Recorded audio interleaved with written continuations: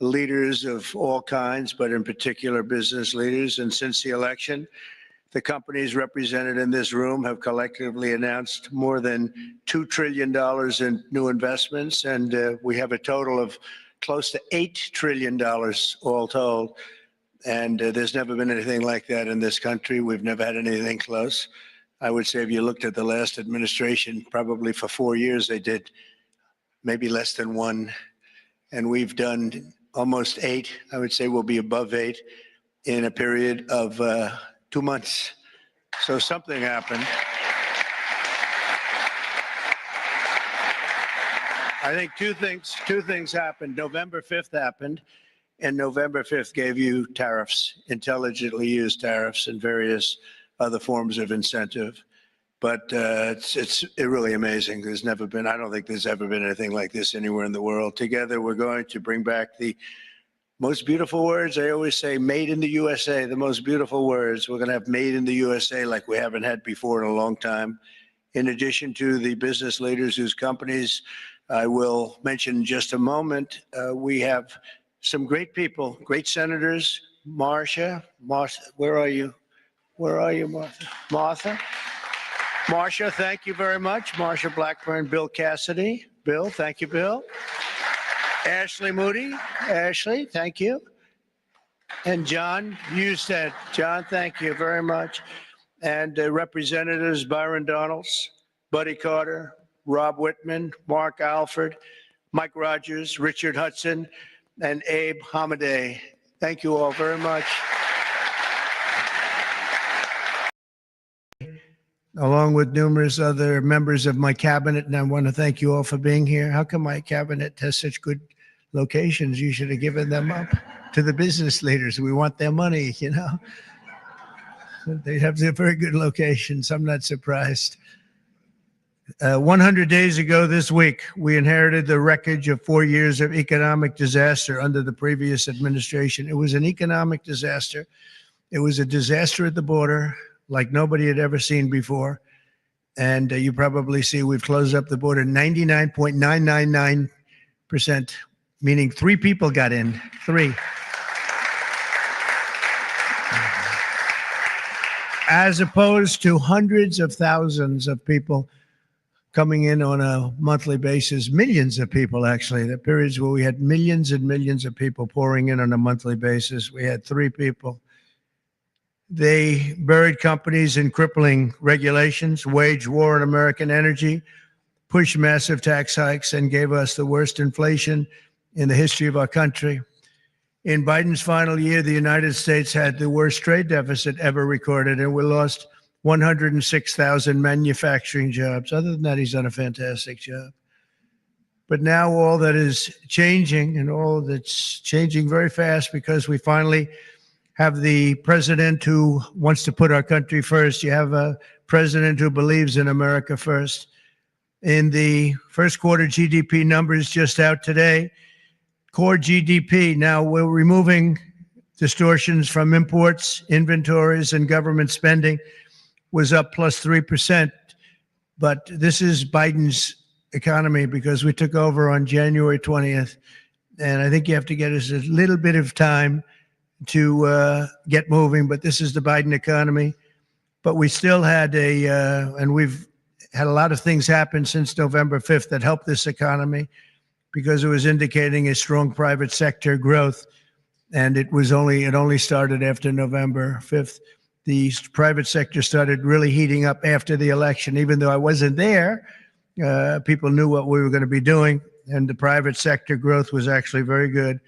Very importantly, gross domestic investment was up an incredible 22%, which they had never seen before. Every new investment, every new factory, and every new job created is a sign of strength in American economy and a declaration of confidence in America's future. We really do. We've never seen anything like this. Even Samsung, whose name isn't mentioned here, but I heard that they announced this morning that they're going to be building a very big plant because they want to be able to beat the tariffs. It's the only way to beat them. The entire Trump economic agenda is about making it easier to do business in America, to create jobs in America, to hire American workers, and to build your factories here in America, not in China or any other country. And we're dealing with many, many countries right now, I will say. And I think I can say for Scott and for Howard and for some of the people that are dealing, there are too many to handle. I mean, to be honest with you, I'd love to hire some of the people running these companies. Boy, would you do a good job. I could have Jensen negotiate. He'd blow my people away, wouldn't you? I think even Howard would say that. Howard would say, we'll take him. He'd blow them away. He would make deals. One deal would be the end. That would be it. But we've terminated the Green New scam. It was a scam, and halted tens of billions of dollars of money, wasteful deficit spending. It was like throwing money right out the window. And in the coming weeks, we'll pass the largest tax cuts in American history. And I think even more so, we'll be doing things for business like you've never seen before. You saw it in a little smaller version at the beginning of our last term. You know, we had the most successful 4 years that any president has ever had. The stock market was up 88%. The other markets were up almost 100%. And that's despite COVID and all the crazy things happening. But we had a tremendous 4 years. We've given credit for that, actually. But our big, beautiful bill, as I call it, our big, beautiful bill, we may name it that, actually, will include 100% expensing retroactive to January 20th. So that's all the way back to just about the beginning of the year. So expensing 1 year, you take a deduction 1 year so you can build your factories right now, essentially almost tax-free if you think about it. Nobody's ever been given that. And we're going to make that expensing for a 4-year period at a full 100%. So last time we made it 1 year and you had the deductions, you'd do from 100% to 80 to 60 to 40 to 20 to Zippo. And now what we're going to do is we're going to keep it at that level, and we're going to have it for 4 years. So I believe that was one of the reasons that we had such unbelievable growth. Also, we allowed you to bring money back from outside of the country. It was impossible. You had to have 15 different law firms representing you. It was so complicated. And worse was that the tax rate was 65%. I lowered the rate substantially, but still a lot. You know, we shouldn't take your money just to hold you hostage, right?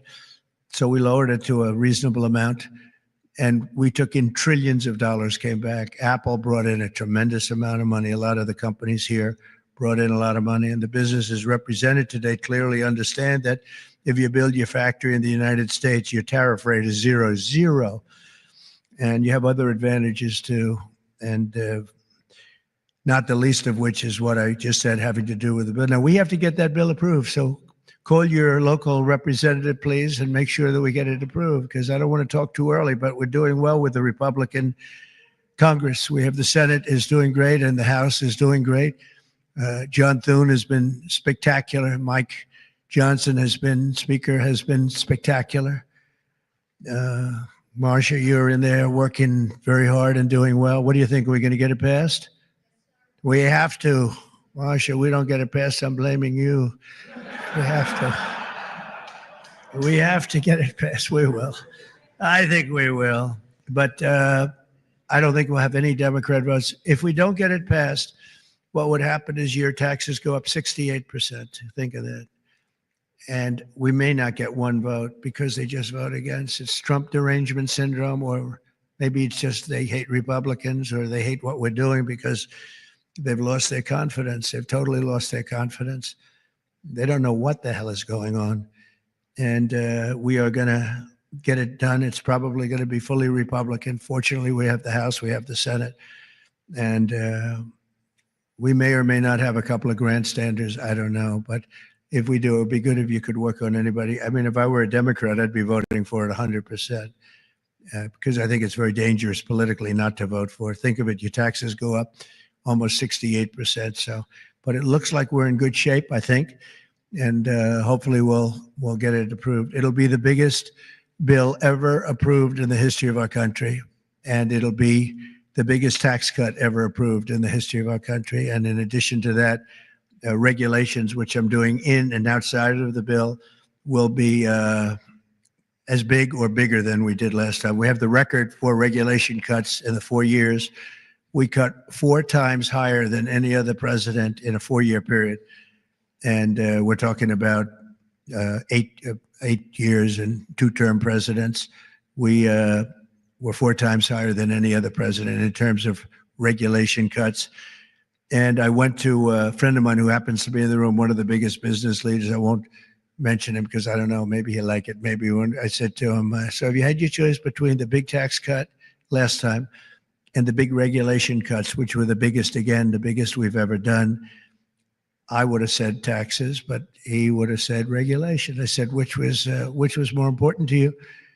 And he said, if I could only have one, yeah, if you could only have one, he said, most important would have been regulation. The regulation was more important than the tax cut. And I mean, we cut your taxes from almost 40% down to 21%. Now we're bringing your taxes down from 21% to 15%. If you build your product, make your product in the USA. So if you make it in the USA, those chips, those beautiful chips, will make those suckers in the USA, and you're going to be all the way down to 15%.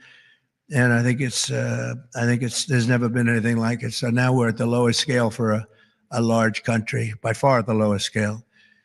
Our pro-jobs, pro-American economic policies are a major reason that businesses around the world have announced $5 trillion of investment since November 5th. And now we think it's up to plus 8 trillion. And they're really coming in. They're really coming in fast. Some of them don't bother calling us. Some of them don't even want meetings. They just start their plants and start their factories. I want to express my tremendous appreciation to the business leaders here. You are really an amazing group. This is a who's who. I don't want to say, there's an expression if something ever went off, the entire industry would be wiped out, but I won't say that. I want to think very positively, and that could never happen here, could it?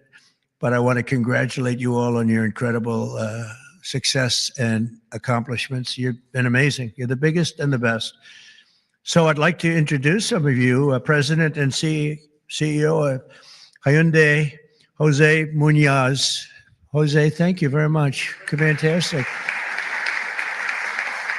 Jose is investing $21 billion, including $5.8 billion for a new steel plant in Louisiana, which is a beauty. I saw a picture of it, which is going to create at least 1,500 jobs, just the plant alone. Thank you very much, Jose. Beautiful. Chairman and CEO of Global Shipping Giant CMA, CGM, Rodolphe Sade. Thank you, Rodolphe. Thank you very much. Fantastic. Investing $20 billion in creating 10,000 new jobs at least. Thank you very much. That's fantastic. You'll be very happy. President and CEO of Toyota North America, Ted Ogawa, investing $88 billion. Where's Ted? That's fantastic. Thank you, Ted. That's fantastic. Ted's investing $88 million for car production at its West Virginia factory, which is a beauty. I've seen it, actually. Congratulations. Thank you very much for being here, Ted. Co-founder and CEO of Anduril, Brian Schimpf. Oh, Brian. Thank you, Brian. He's investing $1 billion for a new manufacturing facility in Ohio and display. Next to me is their 125-pound Roadrunner drone. Where is that little sucker? Where is it? Which is that? Whoa. That's a nasty-looking thing. That's a nasty. I look up there when I'm having dinner outside. I used to look up and see the moon. Isn't it beautiful? Now you see the moon, but you see drones all over the place.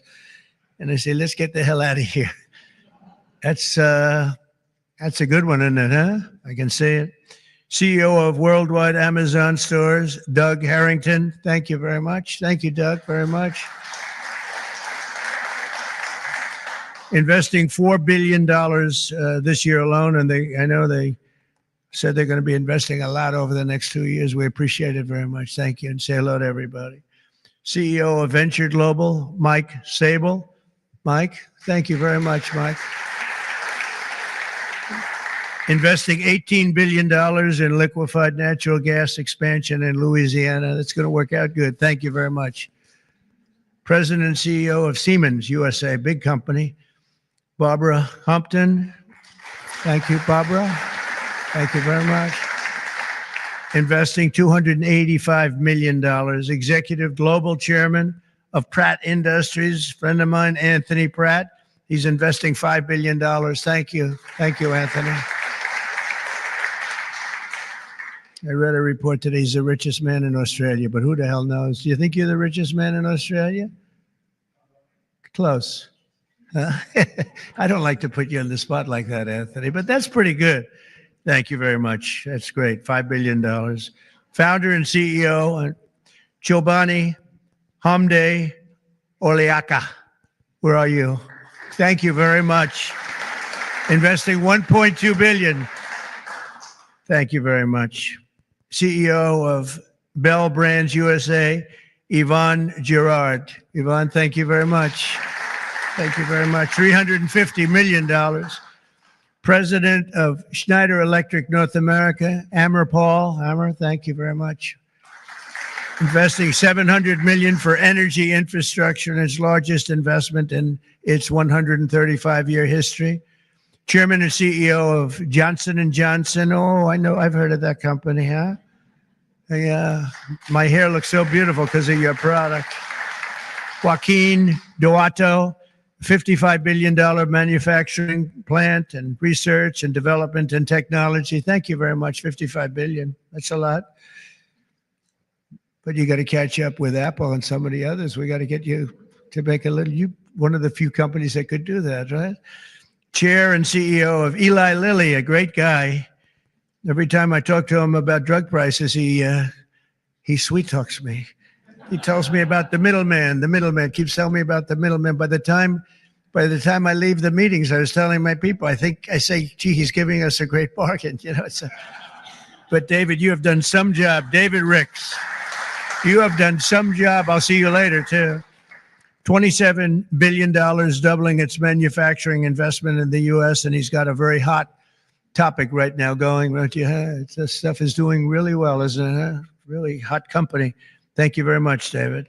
CEO of Novartis, Vas Narasimhan, and that's $23 billion.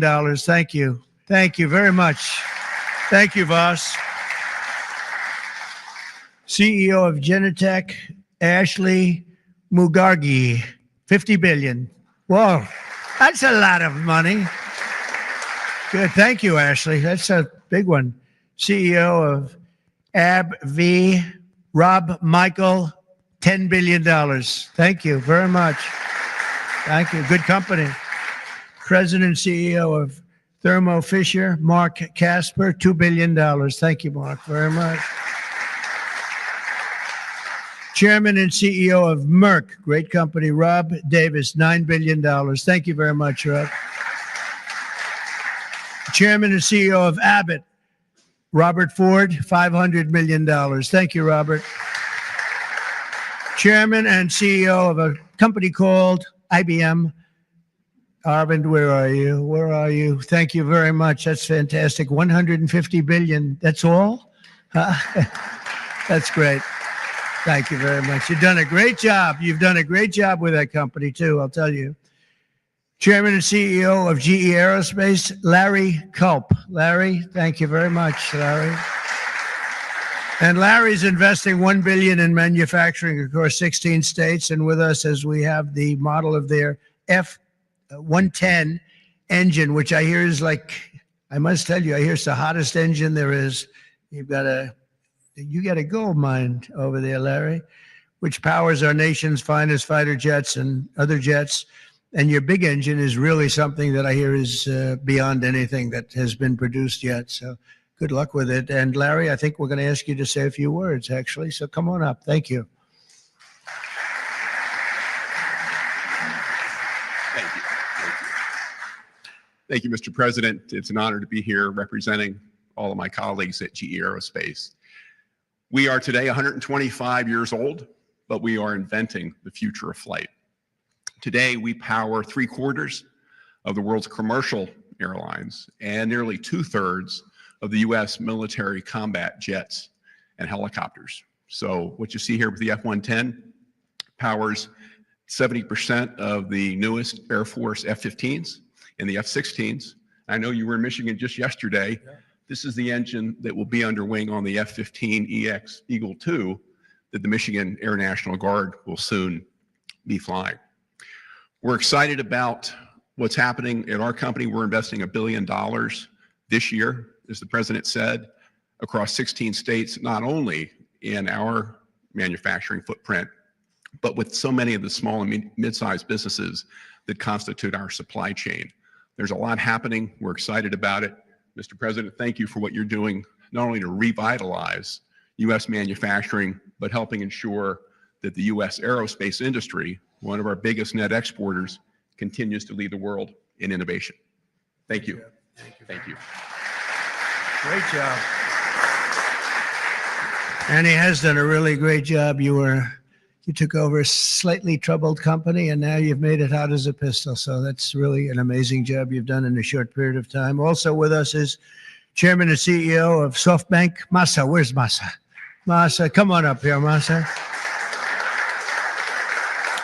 Masa has pledged $200 billion plus another $500 billion with Oracle and OpenAI for a total of $700 billion. Thank you, Masa. Come on up, please.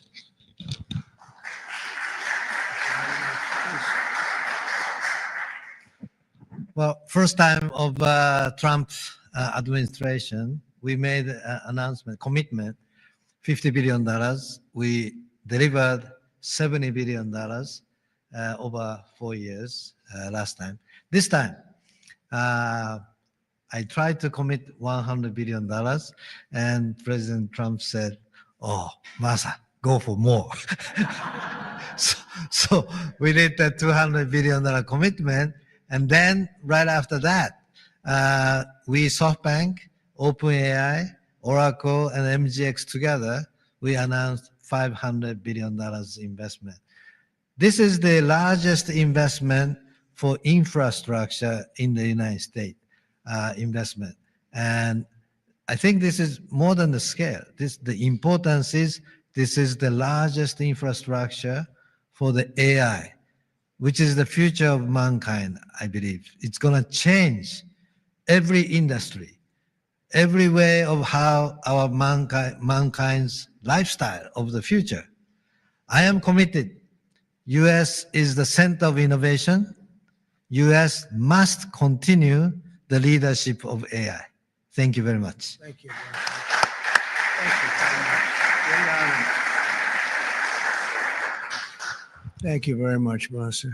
Been a friend of mine for a long time. These guys are mover. We got to say, you are really something. It's great. We appreciate it too. It's great spirit, great genius. Tim Cook from Apple is pledging, not only pledging, is committed to $500 billion. They're going to build plants all over the country, 7 or 8 different states. They've already started. And so I want to thank Tim. That's such a big investment for somebody that, had them pretty much in one location, as you know. Now they're coming into the United States, I believe, because of the spirit and the tariffs and the incentives. So that's Apple for $500 billion. And one of the most brilliant men that you'll ever meet, the man that's done in a short period of time something that is incredible.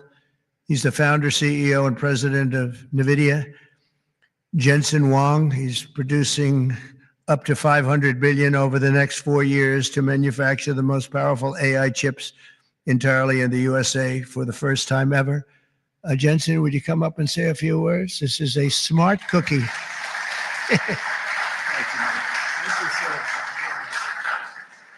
Thank you, Mr. President.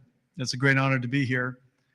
NVIDIA reinvented computing for the first time after 60 years. In fact, Ervin at IBM knows quite well that the computer has largely been the same since the 60s.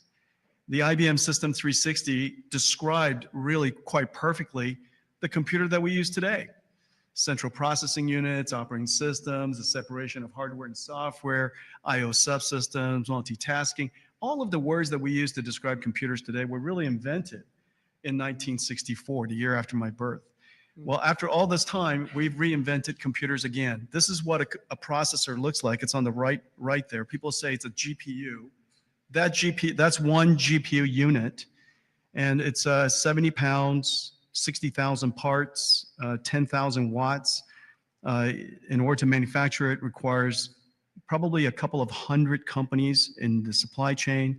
It is so heavy that it requires robotics to do. It's so precise. And just to test a supercomputer requires a supercomputer. And we're going to build NVIDIA's technology, the next generation of that, all here in the United States. Without the president's leadership, his policies, his support, and very importantly, his strong encouragement. And I mean his strong encouragement. Frankly, manufacturing in the United States wouldn't have accelerated to this pace.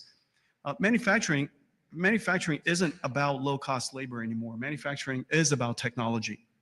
And most of the factories that build these systems today are the most advanced factories in the future. And we're going to use artificial intelligence and robotics and omniverse digital twin technology to make it possible for us to create the factories of the future. And we ought to build it. We ought to build it right here. The really amazing thing is that this computer is the engine of a whole new industry. And this new industry is called artificial intelligence. And this new industry is a manufacturing industry in itself. That's a factory machine. Just as several hundred years ago, the dynamo was invented, water would come in and electricity would come out. Now electricity goes into this machine and incredible tokens come out, artificial intelligence. In order for this industry to thrive, we need to build these systems, of course, but we also need a progressive growth and industry-oriented energy policy, which this president has really put his weight behind. I really appreciate that. Without energy, we can't possibly have new growth industries. And we now have the backing of the administration, the backing of President Trump to support the creation of a whole new industry. This industry is going to enable a whole bunch of other industries. What we now call the AI infrastructure is going to revolutionize every industry that we know. All of the many CEOs in the room today are great partners of ours for that reason.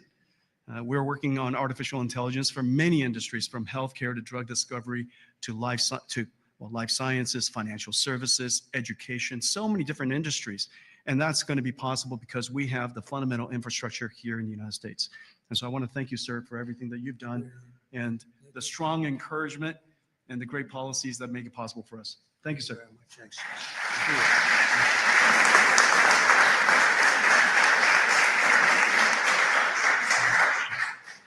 Another brilliant man. You know, we have brilliant people here, and we like brilliant people, actually, but we have a lot of brilliant people in this group, and it's an honor to be with you. Past 100 days have been fighting to reclaim our jobs and bring our country back to a level that it's never seen before, and again, renew the American dream, which is what we're doing. We have tremendous spirit. I don't know if you've heard, but it's become really quite a story. I see Pete's right over here, Secretary of Defense. We have the largest number of new enlistees or people enlisting in the military forces that we've ever had. And if you remember, 6 months ago, we couldn't get anybody to sign up. That's a big turn in a very short period of time. And November 5th had a lot to do with that. And our Secretary of Defense and a lot of the people that you see sitting here really had a lot to do with that. There's great spirit. I can say that also with the police forces throughout the country. We're having a hard time filling them up. It's a dangerous job, but now we have waiting lists at almost every place. And that's an amazing accomplishment when you think. It's amazing.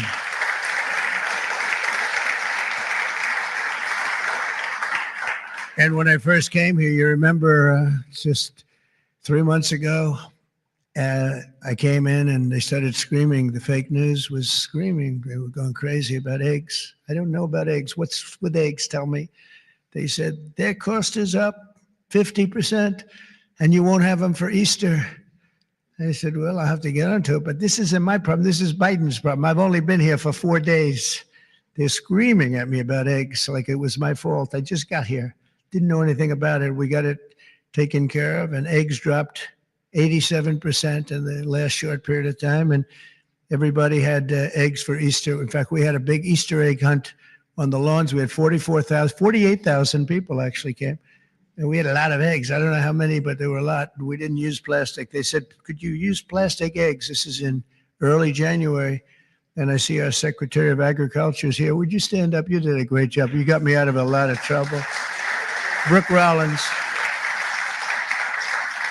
She got me out of a lot because they were trying to blame me for eggs, and I didn't know anything about it yet. Explain it to me. But we had plenty of eggs, Brooke, right, for Easter. There was no dearth. And we have another man in the audience who's maybe the most important man in the room because he's the head of the Environmental Protection Agency, meaning he's the one that approves all your plants. And when Jensen and some of the others came in about numerous of the others, especially having to do with AI, they came in. I learned a lot. Number one, I learned we need double the electricity that we have right now for the whole country, and really more than that. I mean, 2 times would be even better. It was like unlimited thirst for electricity.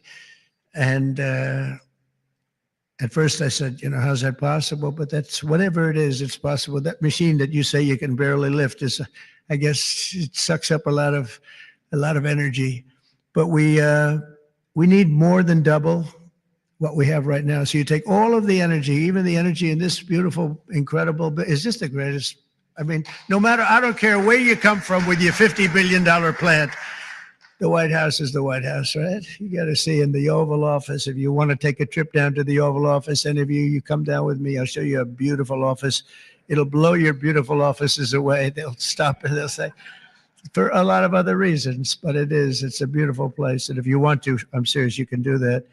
But I told Jensen, I told Tim, I told everybody that's building these very big, incredible plants, really plants of the future. They were talking about hooking into the grid. I said, well, the grid is old and it's subject to mishap. Things can happen, including storms and much worse than storms. And if you want, I'll let you build your own utility plant, your own electric plant along with your building. You can build it inside of the plant or you can build it outside of the plant. And I went to Lee Zeldin right here and I said, Lee, we got to get fast approvals for these people. They're going to do the best job. They're going to have the best engineers, the best everything. We'd like to have them build their electric for them. They don't have to go outside. You become a utility. You become a great producer of electric. And if you have any extra, you put it back into the grid if you want, or you sell it back in. But you're going to be able to build. So this way we don't have to worry about, do we have enough? Because if you look at California, they have brownouts, blackouts, and everything else. They don't know what the hell they're doing. Governor doesn't have a clue. But the last thing you want to do is be hooking up to the California grid so that we can go in and you'll say, gee, we have to close down the factory for a couple of days. We have a little brownout going on. So you're going to be able to build your own plant and produce as much electric as your beautiful heart's desire. And that'll be something that nobody's done before. And we're going to ask Lee to get those approved very quickly. And he'll get it approved before you can even imagine. He's great. He's great. He knows the difference. You can take years to get those approved. I would say previous to us, it would be years and years. Or you could take weeks to get them approved and it'll be just as good. But they don't play games and they're going to get it done and they'll get it done very quickly. So that's going to be a big help because you're going to have unlimited energy, unlimited electricity. And I think it's going to really, we want to stay number one. We're number one right now by a lot. I will say this, if I didn't get elected, I would say get out of the AI business fast. Get out of all business fast, probably. Maybe get out of the country fast because this country was heading in the wrong direction, but now it's heading in the right direction. I think it's the most consequential 100 days in the history of our country in certain ways. We had an editorial from a group that normally wouldn't give good editorials to people like me. And they said he's the most consequential president because of what he's doing with all of these policies that you're reading about, long beyond the electricity and the plants, having to do with many other things like secure borders and all of the many, many things I could go down and name them. We're gonna be getting tremendous amounts of drug and pharmaceutical companies going to be pouring into the country. They're going to have to. They're going to have to. And we're going to give them a lot of time to do it. But after that, there's going to be a tariff wall put up. And they won't be happy about it, but they'll be happy if they start building right now. Right now, it's going to be build. And after a certain period of time, it's going to get tougher, tougher, tougher. And then it's going to be real hard to do business in this country. So for the pharmaceutical companies, chip companies, a lot of different companies, we're all set to really grow. Groceries are down. The grocery prices are down. Gasoline prices are down. We had some gasoline selling for $1.98 a gallon just recently in 3 different states over the last 2 days. It was at $4 and it was higher than that in some places. It was over $5. We have it way down. Energy prices are down all over the country. Mortgage rates are actually down slightly, even though I have a guy in the Fed that I'm not a huge fan of, but that's all right. These are minor details. Don't tell him I said that, please. As the cameras rock and roll back there. No, he should reduce interest rates. I think I understand interest a lot better than him because I've had to really use interest rates. But we should have interest rates go down. It would be positive, but it's not going to matter that much because ultimately what we're creating has much more to do with other things than it does just pure interest rates. But it would be nice for people wanting to buy homes and things. The prescription drug prices just saw the largest monthly decline ever recorded. So, David, I'm having a little bit of an impact, at least on you, as I just browbeat this guy. And he's got he looks like he's 25 years old. He has this massive company, Eli Lilly, and it has no impact on him whatsoever. But I just see this number just came out. It's the largest monthly decline ever recorded. Yeah, but it's probably about 2%. They did that to make me feel a little bit better. But I appreciate it. We have achieved the lowest number of illegal border crossings in U.S. history, and we're at a level that nobody thought we could get to in 2 years, let alone a couple of months. And I think Kristi Noem is here someplace. Where is Kristi? She's here. Stand up, Kristi. And Tom Homan. And I see Linda. Stand up, Linda. You are doing so good. Education. We're bringing education back to the States, where it belongs. And she's been incredible. She's very upset with Harvard. They have $53 billion in a fund, and yet they want more grants. And it looks like we're not going to be giving them any more grants, right, Linda? And, a grant is at our discretion, and they're really not behaving well. So it's too bad. But our country is roaring like never before. Nobody's ever really seen anything like this. And again, the big thing is whether it's 8 trillion or even more than that, by the end of the year, it could be a number that would be, I think there's never been anything like it, but this is in a period of a couple of months.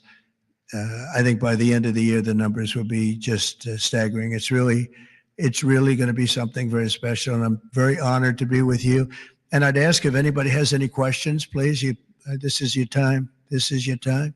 You'll be live on television, all the fake news back there. Now that'll keep them down, right? That's the way to keep them down, unless they're bad people, in which case, unless they want to make some news. Would anybody have any questions? Anybody? Business leaders? You want to know anything about depreciation? No? I love it. We've done such a good job. We don't have to take. Howard, would you like to say a couple of words, please?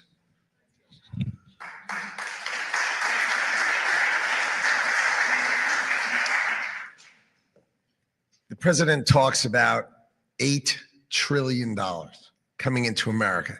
And there's only one reason it's coming in.